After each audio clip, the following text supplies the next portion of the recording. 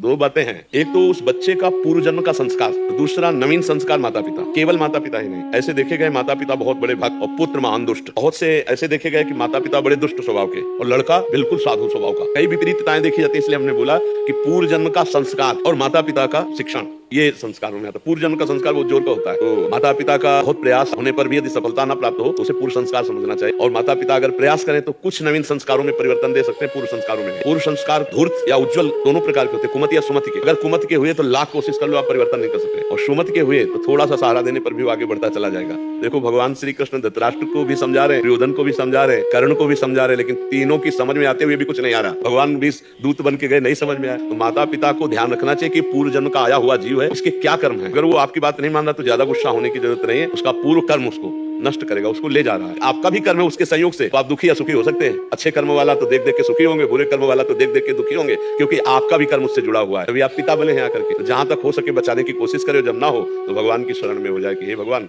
अब आप देख लो, मेरे बस की बात नहीं रही। तो फिर आगे जीव अपने कर्मानुसार फिर दुख सुख भोगता है। आजकल अगर बच्चा अपने माता पिता की बात मान जाए तो हमें लगता है बहुत तपस्या रही है माता पिता की, जो बच्चा मान जाए। नहीं तो दंडता बच्चों में आ गई। पढ़ाई कहाँ विनम्रता आनी चाहिए, विनयम विद्या विनयम ददाति, वहां उद्दंडता जागृत हो रही। बड़े बुजुर्गों की बात ना मानना और संतों महात्माओं की बात ना मानना, शास्त्र की बात ना मानना। अब ये तो आज भगवान की असीम कृपा है कि हमारे नौजवान भाई कुछ है वो मान रहे हैं, ये हम भगवान की बड़ी कृपा मान रहे हैं। नहीं तो अपने बाप की नहीं मानते, हमारी क्या मानते हैं। जहां तक हो सके तहां तक अंतिम श्वास तक अपना प्रयास करना चाहिए। फिर जब हार हाथ में आ जाए तो समझना चाहिए इसका प्रारब्ध हो गया। ये प्रयास तो हमने बहुत किया, माता पिता प्रयास ही कर सकते हैं इसके आगे। ये आधुनिक पढ़ाई काम क्रोध आदि को बढ़ावा दे सकती है, लेकिन उसको शासन में लेने के लिए अध्यात्म विद्या चाहिए। बाहरी शत्रु को बाहर गोली से मार सकते हैं, लेकिन आंतरिक शत्रु को अध्यात्म से ही मार सकते हैं। तो आजकल के टीचर अध्यात्म विहीन जो है, उनसे संभावना नहीं है कि बच्चों के संस्कार या अच्छे चरित्र की। हमें लगता है कि अगर माता पिता प्रयास करें और गुरु टीचर प्रयास करें और उनको वातावरण थोड़ा आध्यात्मिक मिले तो ही बदल सकते हैं, अन्यथा नहीं। जब तक हमारा जीवन है हम प्रयास करते रहेंगे तो बच्चा ना सुधरे, भगवान जाने और बच्चे का कर्म जाने। पर पिता है तो अंतिम श्वास तक उसे बचाने की कोशिश करेंगे, अंतिम श्वास तक उसका सहयोग करेंगे। वो भले गाली देके चला जाए पर हमको खबर मिलेगी तो हम उसका सहयोग ही करेंगे।